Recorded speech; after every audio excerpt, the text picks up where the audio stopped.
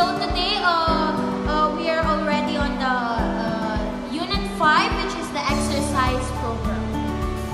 Okay, but before that, let me introduce myself. I am Siti Umahika M. Dalig, and I am the discussant for the first topic. Now let's proceed to our learning points. First, objectives, we have differentiate the phases of the fitness exercise program. Next, discuss the relationship of exercise to physical fitness.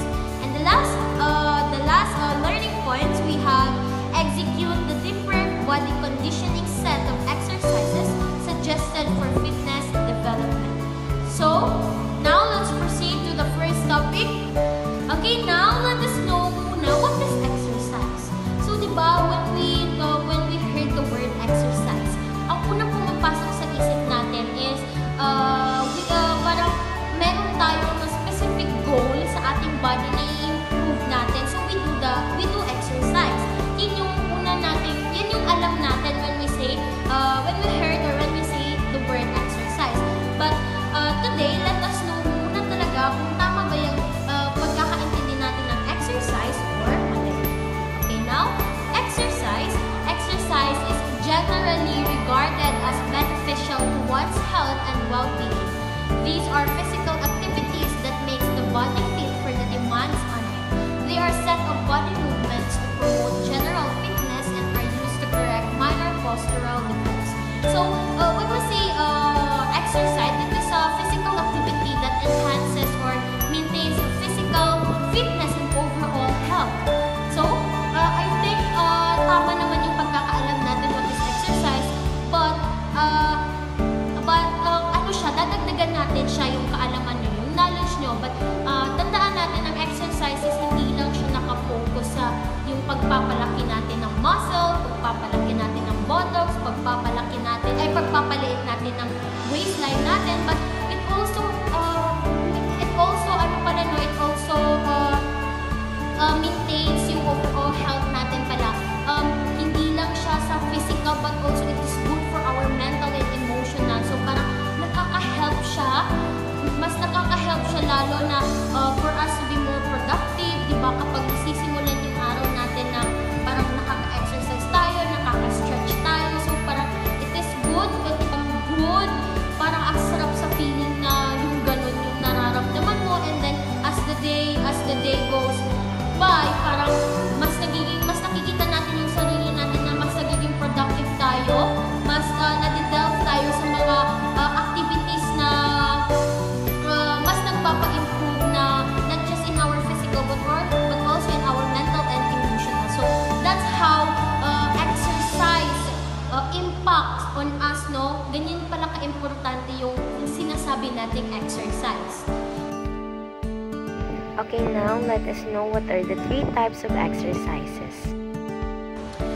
Okay, now let us proceed to the first types of exercise. So first, we have the aerobic exercise. So when we say aerobic, it is a physical activity that uses large muscle groups and causes the body to use more oxygen than it would while resting. The goal of aerobic exercises is to increase cardiovascular endurance. So, aerobic exercise pala, it uses a large muscles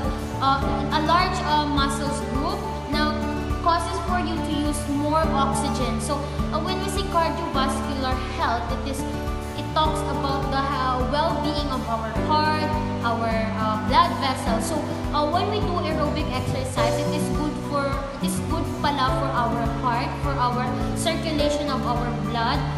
Diba, minsan mapansin nyo kapag yung mga tao na kulang sa exercise, especially in the aerobic exercise, parang mas mapapalapit sila into heart disease, parang mas sila sa heart attack, mas prone sila into heart attack because the reason why, dahil nga kulang sila sa aerobic exercise where it focuses to the improvement or enhancement of your cardiovascular health, no? So that is the aerobic exercise.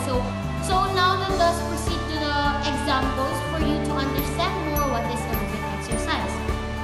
So here we have first example, we have here examples. We have the running, cycling, swimming, brisk walking, skipping rope, rowing, hiking, and dancing. So, in running, di ba, parang we uses muscles, parang nagagamit masyado tayo ng, nagbibigay masyado tayo ng effort, di ba? And also, napapansin nyo sa mga runners natin, parang after they run, no, parang kulang sila sa hangin. So, that is because they uses more oxygen. And it is good for our cardiovascular health. And same goes with the cycling, sa swimming, sa brisk walking, sa skipping rope, and also we have the rowing, hiking, and especially in dancing. We all know naman na dancing is kind or a type of aerobic exercise because it uses large muscles. Alam naman natin yun, and also we uses a lot of oxygen, di ba? So, that's the aerobic exercise, and always remember that aerobic exercise, it uses more oxygen and it improves or enhances our cardiovascular. So now let's proceed to the second type of exercises. We have the anaerobic exercise. When I say anaerobic, it includes strength and resistance training, can firm, strengthen, and increase muscle mass, as well as improve bone density, balance, and coordination. So in here, sa anaerobic, it is a high intensity of physical activity that doesn't rely on oxygen to produce energy. Instead it uses resource or restored energy, or it uses stored energy sources such as the ATP or the adenosine triphosphate. So the difference between aerobic and anaerobic, kung ang aerobic ay mas nagpo-focus siya sa, it uses more oxygen, it improves our cardiovascular health, while the anaerobic naman, it doesn't rely on oxygen or the production of oxygen. However, it uses the stored energy resources, which is the ATP or adenosine triphosphate. And mapapansin nyo ang anaerobic, hindi siya nakafocus sa cardiovascular, but it focuses on our density bone, mas nakafocus siya sa yung pagpapastrengthen ng ating mga muscles, mag-increase yung ating mga muscle mass, improve yung ating balance and coordination. So that's anaerobic, no? Because it focuses on the strengthening of our body. Now let's see the examples of anaerobic exercise. So we have push-ups, pull-ups, lunges, squats, and bench press.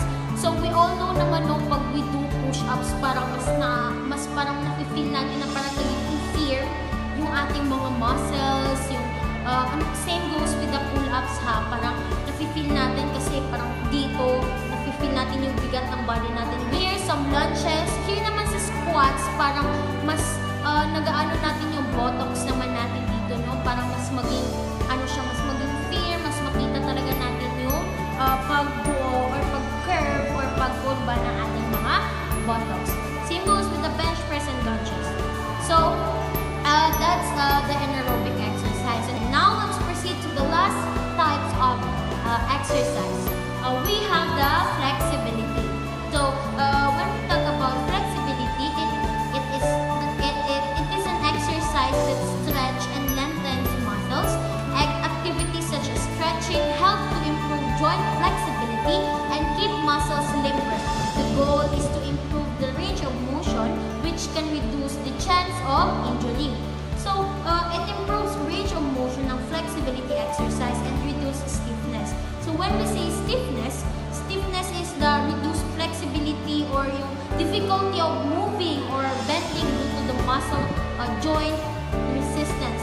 So, that is the stiffness. So, mga common causes ng magkakaroon natin ng stiffness is lack of exercise or stretching, parang kulang tayo masyado sa pag-stretch ng body natin. So, in flexibility exercise, it is also good for mental health. So, kapag sinabi pala natin flexibility exercise, parang it talks about stretching na lang. Kumbaga, it improves our muscles. Diba parang kapag napansin natin, kapag medyo masakit yung likod natin, parang we stretch, parang kailangan natin stretch kasi nga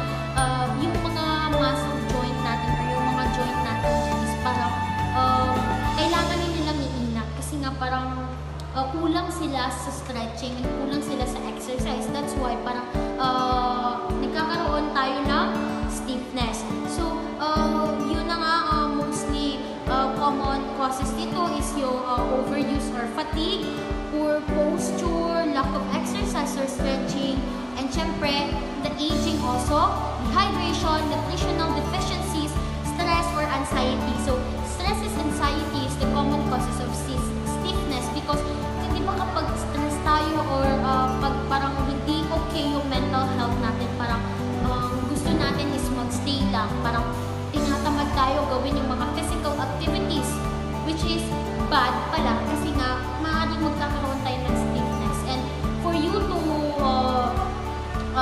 maayos or maalis yung mga stiffness sa mga katawan natin, we do yoga and stretching, or sometimes para mas maapaano pa natin yung mental health, we do meditation. So that is the flexibility exercise, and that again, the 3 types of exercises we have: the aerobic, anaerobic, and flexibility. So that's all. Good day everyone! Today we will discuss the topic that I have said to do, which is the phases of the workouts and fitness. Before anything else, my name is Julius L. D. Carpen from BSN Science 1B. The first phase in exercise is what we call warm-up. At base sa definition, ang warm-up talks about it serves to elevate the body temperature to prepare the muscles for any major activity. By warming up, the muscles are provided with a sufficient amount of blood and oxygen supply so that it will contract more efficiently. So, anong ibig sabihin nito? Ang pag-warm up ay isang ehersisyo na piniprepare ang katawan mo sa mga mabibigat na gawain. Halimbawa, sa ating gawain sa buhay, hindi naman agad-agad natin ginagawa ito. Halimbawa, kapag galing ka sa pagtulog, hindi ka naman agad-agad gumagawa ng mga aktibidad na mabigat. Halimbawa, sa pagbubuhat. Sapagkat ang iyong katawan ay naka-maintain pa at wala ka pa sa consciousness. Anong unang ginagawa mo? Siyempre, sa pagising ng umaga, ay ang agad mong minumulat ay yung mga mata. Paggawa ng mga gawain hindi mabigat sapagkat ito ay nakakatulong to boost your activities in that day. At unti-unti nun ay magkakaroon ka na ng gana at handa ka na magawa ng mga mabibigat na gawain. Ganon din sa pag-ehersisyo. Kapag wala kang warm-up sa pag-ehersisyo, ay di ka magkakaroon ng gana. Sapagkat ang pagkakaroon ng warm-up ay siyang nagbibigay ng init sa ating katawan at papunta sa ating utak upang magkaroon tayo ng gana sa pag-ehersisyo. Halimbawa, sa pag-warm up, ang pag-warm up ay very important kasi dito nakasalalay ang mga muscles mo. Kapag ang ating muscles ay biglang naggawa ng isang aktibidad na hindi pa handa, baka magkaroon tayo ng injury. That's why, in exercising and exercise, warm-up is very important to condition your body because there is a flow in your body that we need to give to other parts so that they will condition and ready for action. Performing warm-up exercise, there are benefits that will help us. So what are these benefits? The first benefit is increased flexibility. Next, lower risk of injury. Next is increased blood flow and oxygen. And the improved performance. So as you can see, warm-upping yourself in exercise will lead you to the successful things to do. So ito ay nakakatulong sa pagganap natin ng matagumpay na gawain. That's why warm-up exercise is the first phase in exercise. Sapagkat ito ang kumukondisyon sa iyong katawan para hindi ka magkaroon ng injury. Hindi ka magkaroon ng sakit pa sa ulo. Naintindihan? Naintindihan. At parito, kapag tayo ay nagaganap ng warming exercise sa ating katawan, ay magkakaroon tayo ng full range of muscles.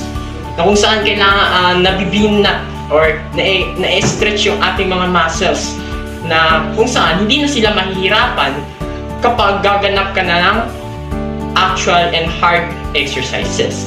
And sa pagganap ng warm-up exercise, magkakaroon din tayo ng less muscle tension and pain.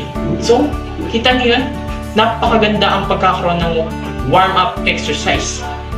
Kasi nababawasan yung matatanggap nating sakit mula sa pagganap natin ng mga mahirap na exercise. At dahil dito, less pain is very easy for life. The next phase of exercise is exercise proper workout. Based in the definition, it is this phase individual will choose a particular program that allows them to meet or achieve the training objective.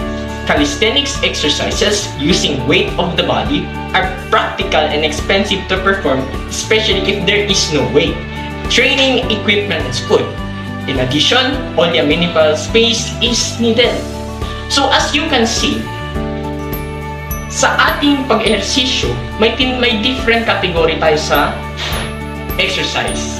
May tinatawag tayo na bodybuilding, may tinatawag tayo na calisthenics, meron din tayong tinatawag na flexibility or power exercise. So, I will tell you these differences para mas lalo nating maunawan itong phases na you should exercise proper workout. Ganito. In this phase kasi, as individual, hindi ka lang dapat mag-exercise na kung anong gusto mo. Dapat kasi kapag mag-exercise ka, dapat isinasaalang-alang mo kung ano yung kakayanan ng katawan mo.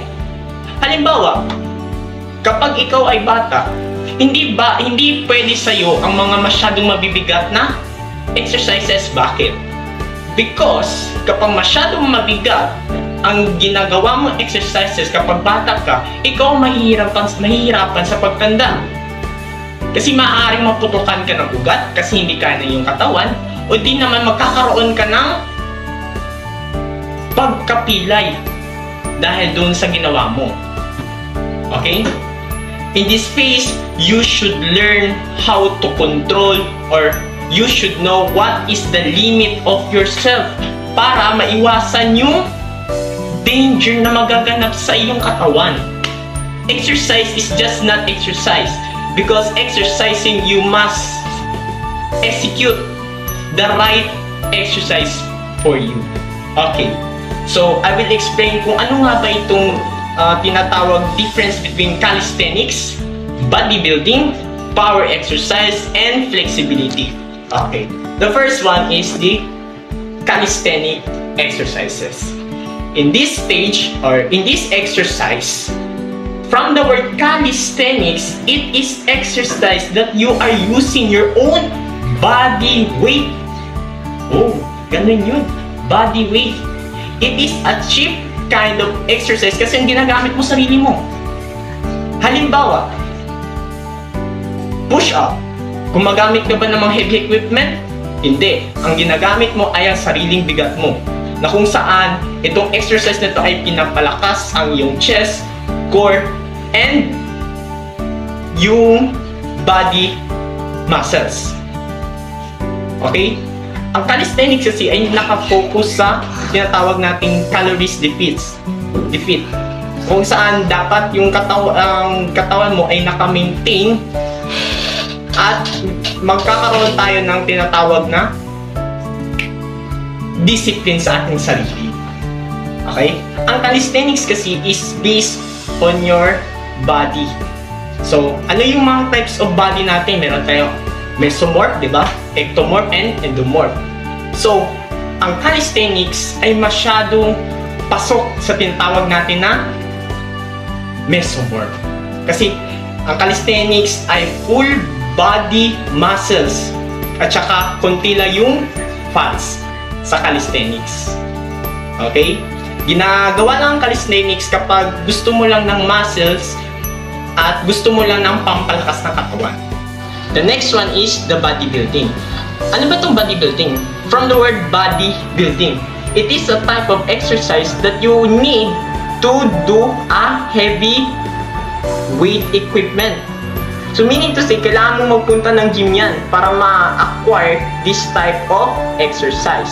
So, kasi sa bodybuilding, you are building your muscles more bigger. So nakafocus yung exercise mo sa pagpapalaki ng mga muscles, hindi sa fitness ng iyong katawan. So halimbawa ng exercise ng bodybuilding is pagbubuhat ng mga barbell, pagbubuhat ng mabibigat na dumbbells, at saka dito, pasok din dito yung tinatawag na natin na leg press. Dito sa bodybuilding, makikita mo yung mga katawan na nag-exercise ng bodybuilding as masyadong malalaki. I-compare mo sa mga taong nag-calisthenics. Pero ang disadvantage lang ng bodybuilding is lagi silang nagkakaroon ng cramps. Dahil sa sobrang laki ng mga muscles nila, sa sobrang exaggerated masyado ng exercise nila, ay nahihirapan magkaroon ng relaxation yung muscles nila. That's why nagkakaroon sila ng cramps. Okay? The next is what we call the power exercises. This type of power exercises, ito yung tumutukoy sa mga sa lakas ng punch, sa lakas ng sipa, sa lakas ng everything. Ang magandang example nito ay ang boxing, Muay Thai, Jiu-Jitsu, at lahat ng sports na tumutukoy sa lakas ng kamao, sa lakas ng force na in-exert ng iyong katawan. So, dahil dito ay nagkakaroon tayo ng exercises sa pagpapalakas ng force na ating binibigay. The next is flexibility. These types of exercises, it talks about the extend motion of range in your body. So, halimbawa, kapag ikaw ay gusto mo ng masyadong malambot sa katawan, bagay sa iyo ang mag-flexibility exercise. Sapagkat ito'y tumutukoy sa full range na maaari mong gawin sa iyong mga muscles or sa iyong mga buto. So, the following are suggested exercises that develop the major muscles of the body. So in calisthenics exercises, we have abdominal curl, push-up, heel raise, abdominal twist, chin-up, chest-up, maximus, and half squats. In muscle being developed or tinatawag natin na bodybuilding, we have the rectus abdominis, triceps and pectorals, gastrocnemius or soleus, internal and external oblique muscles, biceps, latissimus dorsi and terces major, latissimus dorsi, gluteal hamstring, and quadriceps. So, the next part of our phase in exercising is what we call the cool down exercise. Okay. In the first phase, we have the warm up exercise. So, when we say warm up, it is the condition of your body to perform a activity later on. So today it will focus on cool down exercise. So what is cool down exercise? These are exercises that gradually taper off the body from the stress of exercises. It is important as warming up because it keeps the blood circulating around the body to prevent individual from experiencing some form of dizziness. Okay, in performing exercises, maraming tao yung gumagawa ng mga masyadong exercise na masyadong mahihirap. So, kailangan natin mag-cool down exercise so that yung tinatawag natin na blood pressure sa ating katawan ay magbaba. Na kung saan hindi ito magkakaroon ng dahilan na tayo ay mahihilo. Kung kaya't ito ay magtutulong sa atin para hindi tayo mahirapan at magkaroon ng pagkahilo. Okay? So sa cool down exercise ay binababa nito yung ating blood pressure mula sa pagganap natin sa mga exercises na nakakatulong para mabawasan ang sakit sa iyong katawan, mabawasan ang iyong pagkakaroon ng kirot, at mabawasan yung injury. Okay? Madali lang naman intindihin yan. Sa warm-up exercise, kinukondisyon yung katawan mo para magkaroon ka ng gana sa pagganap ng susunod na exercise. Sa cool-down naman, binababa naman ito ang iyong blood pressure para yung pagganap mo sa mga exercises na mabibigat ay hindi ka magkakaroon ng sakit sa katawan. So I hope you learned something from this topic, and before I will leave, I will give you advice when you want to exercise. You should learn, or kailangan mo alamin muna kung anong type ng exercise ang gusto mong gawin. Halimbawa, kung gusto mo ng exercises na it's talk about the strength from your body and core, kung gusto mong maging parkourist, ang magandang exercise yun is calisthenics.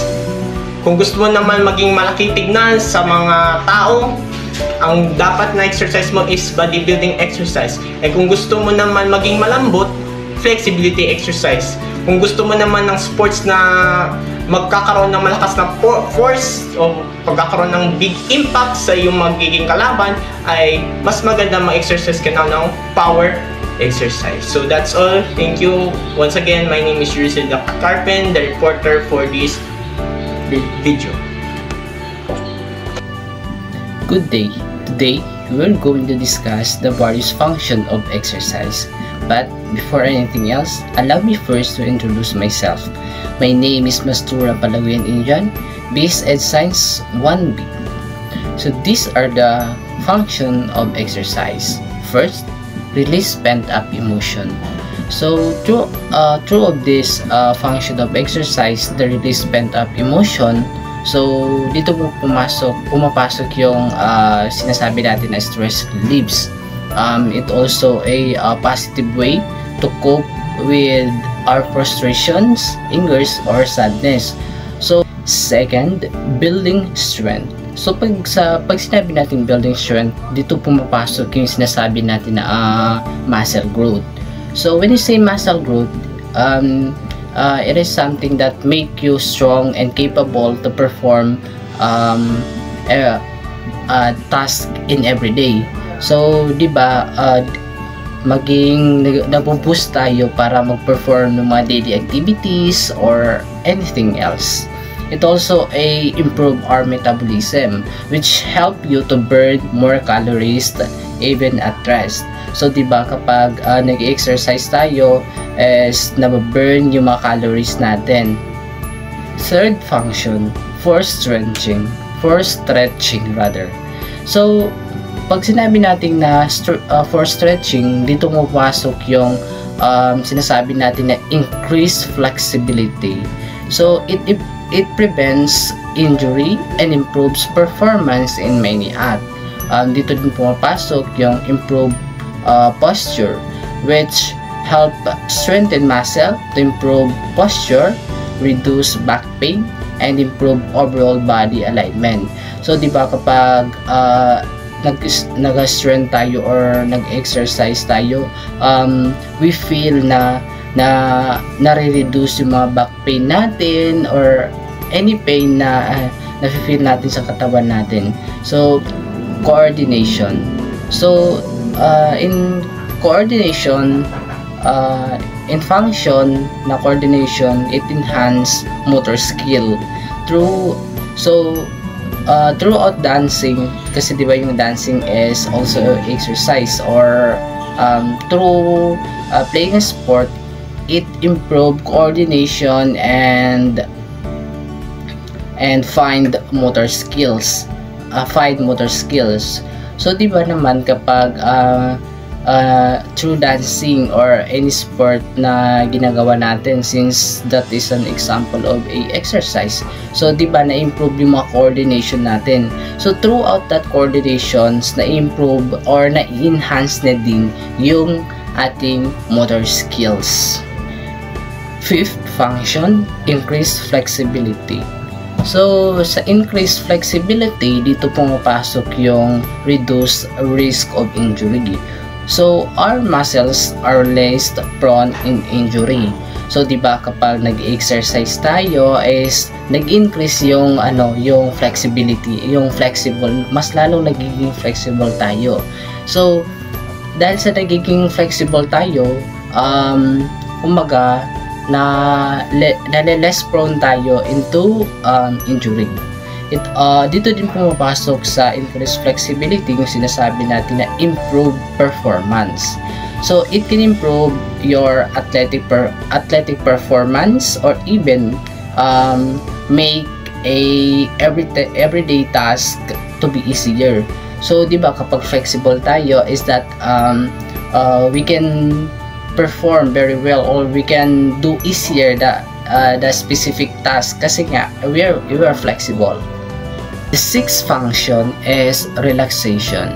So sa relaxation, dito pumapasok yung stress reduction. So sa relaxation, dito nare-reduce yung ating stress and anxiety. So di ba kapag stress tayo, or we feel kapag nandun na tayo sa anxiety, so I think that the best way to overcome that problem of yours is that to mag-exercise tayo, kasi kapag nag-exercise tayo is nare-relax yung utak natin, at the same time our body, that lead us para ma-reduce yung ating stress and also our anxiety.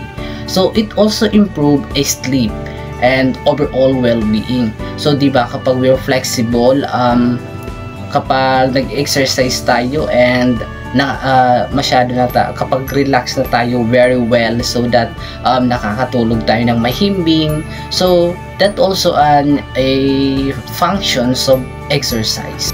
The seventh function of exercise is that make one proficient at skills. So dito pumapasok yung sinasabi natin na enhance cognitive function.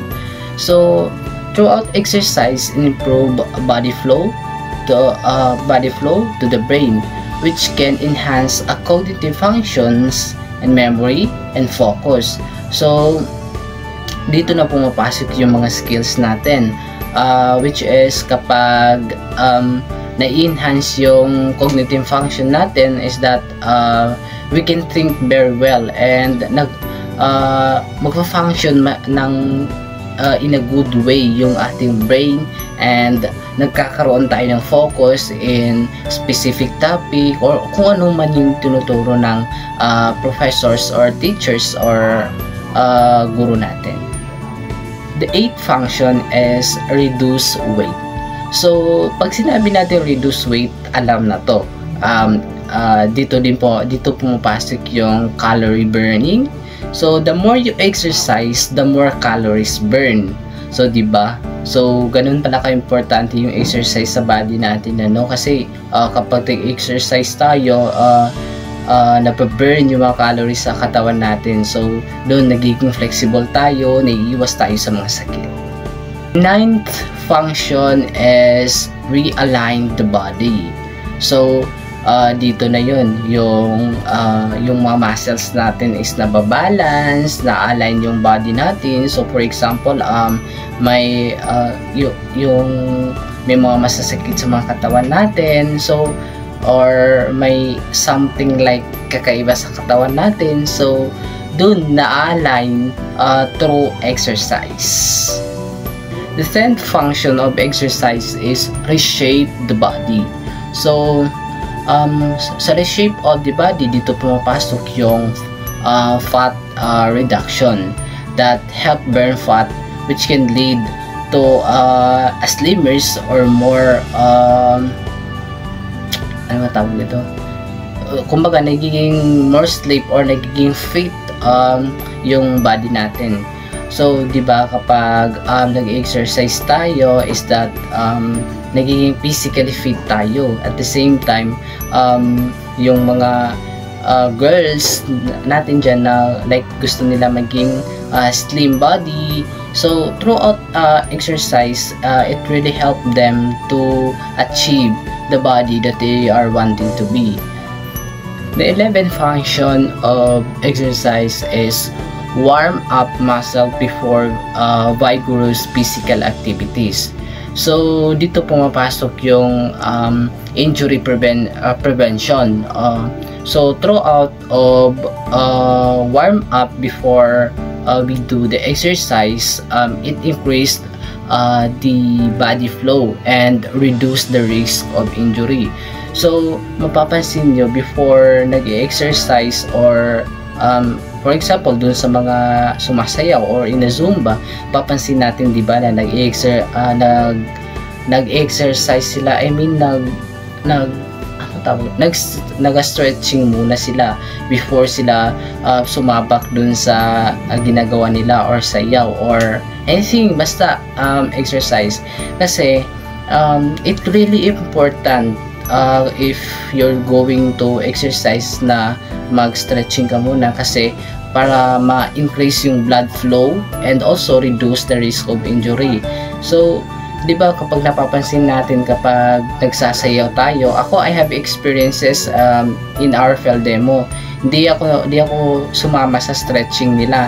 Kaya noon sobrang sakit ng katawan ko after ng practice namin kasi di ako nag-stretching. So kapag nag-stretching tayo, na pre-prevented dito or nare-reduce nito the risk of injury. The next one is discharge excess energy. So dito pumapasok yung sinasabi natin na stress reliefs. So an exercise is a great way to reduce stress. So di ba naman kapag nag-exercise tayo, it is the best way for us to reduce the stress na encounter natin, kasama na dyan yung mga anxiety. So throughout exercise na nakakatulong ito sa ating sarili para ma-reduce yung stress or the anxiety na kinakaharap natin. Discharge excess energy. So dito din pumapasok yung mood booster. So throughout exercise, it releases endorphins which have a mood boosting effect that make you happier and more energetic. So dito din pala pumapasok yung nagiging kumbaga nasa-set yung mood natin, kasi di ba sometimes napaka-moody natin like ganyan, or minsan tulala na lang tayo. So if we are doing a exercise, so nakakatulong pala ito sa atin para maging we are happier or we become more energetic to the activities or in our everyday lives. The last function of exercise is for fun. So, alam na natin ito, no? Kapag nag-exercise tayo, dapat piliin natin yung exercise na iniisip natin na we're going to be enjoy. Kumbaga, enjoyment. Dapat yung pinipili natin na exercise or yung ginagawa natin na exercise, pinaperform natin na exercise is kung saan we think na kung saan yun yung gusto mo, at the same time make you feel enjoyable, kasi kinakailangan talaga na if you're doing a exercise na dapat enjoy tayo. It also improve our social connection. So it improve our social connections, lalo-lalo na kapag nag-exercise tayo, nakasama natin yung mga families natin, friends, and other relatives.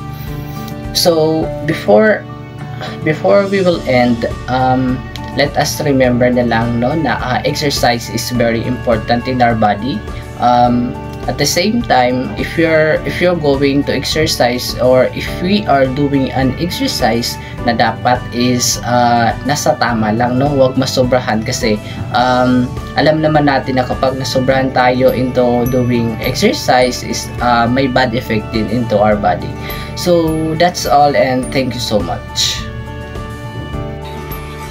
Good day, students. This is Noreen M. Kalupok. Today, I will be discussing to you the FIT principles. So what is FIT formula? FIT formula is one way to remember the general guidelines for what should be included in a fitness plan. What is FIT formula? It represents as F stands for frequency, I stands for intensity, T stands for time, and T stands for type. The first one is frequency. When we say frequency, it refers how often one does the physical activity. Meaning to say kung gaano mo kadalas ginagawa ang isang pag-i-ehersisyo or specific physical activity. For example is sa running. Running at least 3 to 5 times a week. Example number 2, jogging 2 to 3 times a week. Number 2 example is swimming 2 to 3 times per week. The second one is the intensity. What does intensity mean? It means it refers how hard one does the physical activity, or meaning to say kung gaano kahirap mo ginagawa ang isang pag-i-ehersisyo. For example, doon sa running 3 to 5 times a week. Moderate lang siya. The second example is cycling. From low to moderate. Number 2 example is swimming 2 to 3 times a week. It is from moderate to high. Good afternoon everyone, I am Bedogi Carding. I will discuss the continuation of the FITT, the time, the number 3 time, and the number 4 is the type. The time and FITT is refers to the duration of the exercise. For example is, kung nangarap tayong ma-improve yung cardiovascular natin is, kailangan nating mag-exercise ng 20 to 30 minutes non-stop.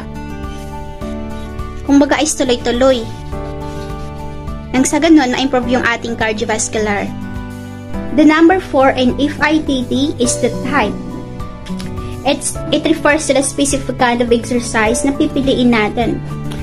For example, ang pipiliin ko is yung pag-jogging every morning or paglalakad-lakad. Dapat nakapili ako doon na idadagdag ko doon sa exercise na ginagawa ko every morning. Okay, that's all. Thank you. Hi everyone, I am Nicole Adrian J. Kagandahan, and for today I am going to report the principles of training. But I was tasked to discuss only the 3 types of it: the specificity, overload, and progression. But before anything else, let me discuss first what is principles of training. Principles of training, ito yung mga behavior na i-practice mo during training for you to improve your training routine or to achieve your goals. First principles of training is specificity. The principle states that benefits associated with the training stimulus can only be achieved when it duplicates the movements and energy systems involved in the exercise. In addition, the exercise must have a specific purpose that linked to the sport. According to Tilao 2014, developing the factors related in improving sport performance can only achieve when specific exercise is able to accomplish. In this principle, vital yung role ng selection of activities. Kailangan maging tama yung mga training routine or workout na gagawin natin. Use the appropriate type of exercise directly to your target muscle para makita natin ang improvement. It states that the body adapts to the type and amount of physical activity it does, and the type of training should be specific to the individual goals. For example, the coaches are aiming to increase the speed of his athlete, and then, for sure, long-distance running will have a contribution in speeding improvement. Yung goal nila is to improve the athlete's running skills. That's why yung coach is naghahanap siya ng fit or ma-fit doon na training sa kanilang goal na sa tingin niya is makakapag-contribute yun sa kanyang athlete na mas mahasa or mas mag-improve yung skills niya. Naghanap siya ng specific na training. The second principle of training is the overload. This refers to the observation that a body system must be exercised at a level beyond which it is presently accustomed. A specific body system gradually adapts to this overload until it reaches a state where adaptation is no longer observed. Training that incorporates this principle challenges the body to meet and adapt greater than normal physiological stress. Thus, fit is also important to apply in this principle. The overload training principle tells that doing what is more than normal. In this principle, kailangan lang nating malaman kung ano yung specific goal natin. For example, we are aiming to improve our running record within 5 km. And in this case, we can run 6 to 10 km. Meaning, ang goal natin na 5 km lang, dagdagan natin ng 6 to 10 km. Yung parang gipasobrahan natin, yun ay overload. The third principle is progression. This principle states that the amount and intensity of your exercise should be increased gradually. Gradually meaning dahan-dahan. This refers that when the body adapts for a certain time to exercise, thus we need to increase the fit gradually in order to see some development or improvement. It is important that this principle applies in many exercise or training plan to avoid overtraining of the athlete and leads to serious injury if not promptly performed. It rejects the no pain, no gain theory.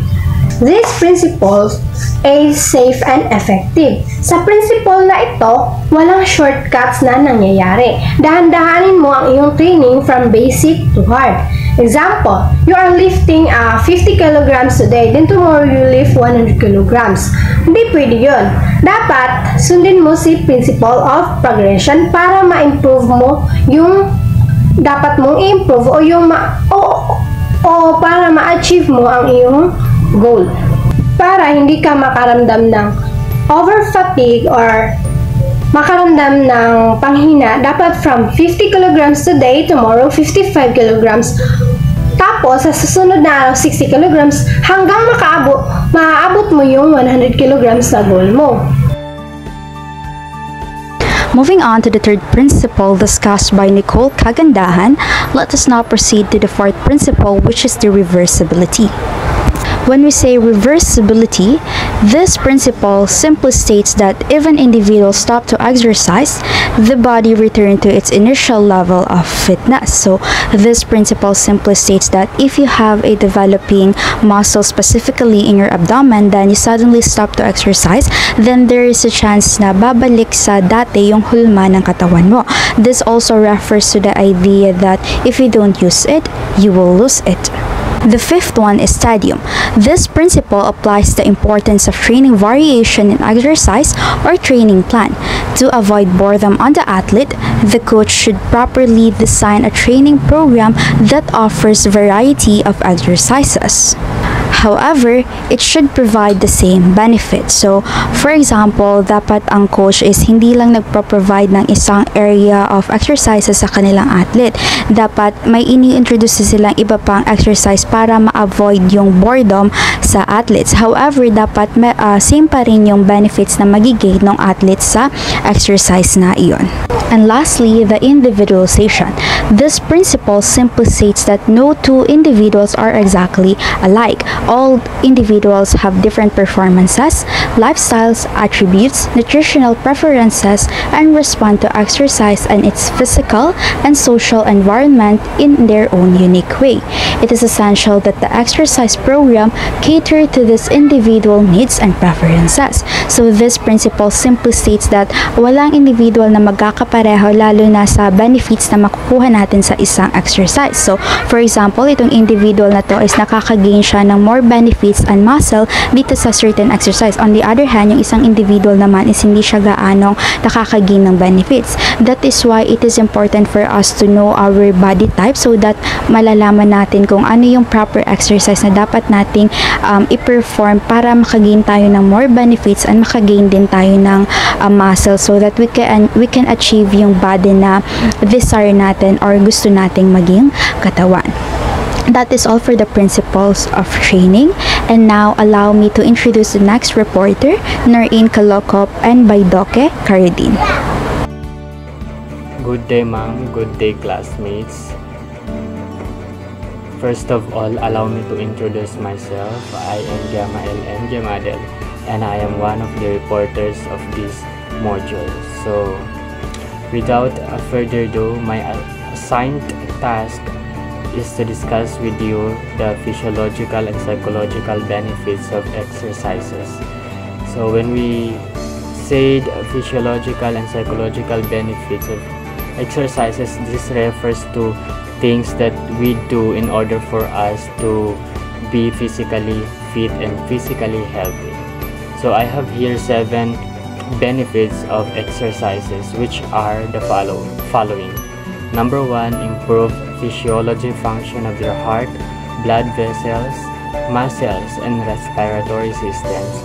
So when we do exercises, our muscles become healthy. Our body becomes healthy. Yung muscles natin lumalaki and all our body is nagpa-function ng mabuti. And number 2, increased movement efficiency. So when you're like physically fit and physically healthy, nagagawa mo lahat ng gusto mong gawin. Like kung gusto mong mag-basketball, nakakapag-basketball ka. Kung gusto mong mamasyal, nakakapamasyal ka. Kung gusto mo ng ganito, ganyan. You are free to do a certain task if you are physically fit. Number 3, better weight control. So this better weight control is, halimbawa nito is like for instance, mataba ka and then you wanted to achieve a certain body, like gusto mong magpapayat, gusto mong maging physically fit yung body mo. Of course, for you to be able to do that or to achieve that certain body goal of yours is, of course, kailangan mo magkaroon ng healthy diet lifestyle, and then kailangan mo din mag-exercise. Aside from that, kailangan kung may tinitake kang medicine, i-take mo na rin as long as it benefits you good. Number 4, better sleep.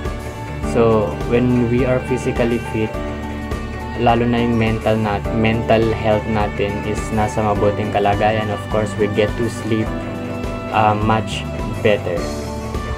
Number 5, reduces stress. Like for instance, nag-gym ka, nagiging stress-free ka kasi imbis na isipin mo yung problema mo, nalilibang ka ng ibang bagay. And for you to be able to be be free in stress is, of course, kailangan mo makipag-socialize sa ibang tao, libangin yung sarili mo, and just be positive always. Number 6, healthy lifestyle. So pag physically fit ka, nagkakaroon ka ng healthy lifestyle, like hindi ka nagkakaroon ng problema, and pag nagkakaroon ka naman ng problema is you know how to handle those circumstances in your life. It's because physically fit ka and malayang nakakapag-isip yung isipan mo, like nagkakaroon ka ng peace of mind sa lahat. So everything is just going smoothly when you're physically fit. Last but not the least, you become more disciplined. Pag alam mo sa sarili mo that you're physically fit, nagiging you maintain to have that discipline in you. Like for instance, hindi ko pala dapat gawin to because it would ruin me, it would ruin my body, it would ruin everything. So I hope that these 7 physiological and psychological benefits of exercises would help us to become more even mature in everything that we do, to become even more open-minded sa mga bagay na ginagawa natin, especially pag may connection yung body natin, because at the end of the day, kahit anong meron ka, pag nagkakasakit ka or whatsoever, it's kind of feel useless din kasi hindi mo din yung magagawa ng mabuti if you're not physically fit. So that's all. I hope everyone have gained knowledge in this topic of mine. So thank you so much, Prof. So overall, exercise is good for our body and also in our physical well-being. Not just for physical well-being, but it also good for our mental and emotional. Kasi kapag we do flexibility exercise, parang it improves our mental health lalo because we do yoga, stretching, and meditation. And kapag we do anaerobic and aerobic, parang it improves our confidence because it mostly ano siya for our physical well-being. Parang yung sa looks natin ba, ganun yung pagkakano natin ng exercise. So overall, lahat exercise is really good for ourselves. It is malaki yung impact niya sa atin when we do exercise kasi nga mas nalalayo tayo sa sakit, and also mas nagiging healthy pa tayo, no? So that's it. I hope you all learned what is the exercise program, kung ano yung mga different kinds or types or yung mga advantages or mga phases of doing an exercise in our life. So I suggest na we do exercise I think siguro mga once a week at least para mas stretch yung mga body natin, no? Para mas iwas tayo sa sakit. So that's all. Thank you so much for watching, and we are the group 4, and this ends the lesson for the Unit 5, the exercise program. Thank you.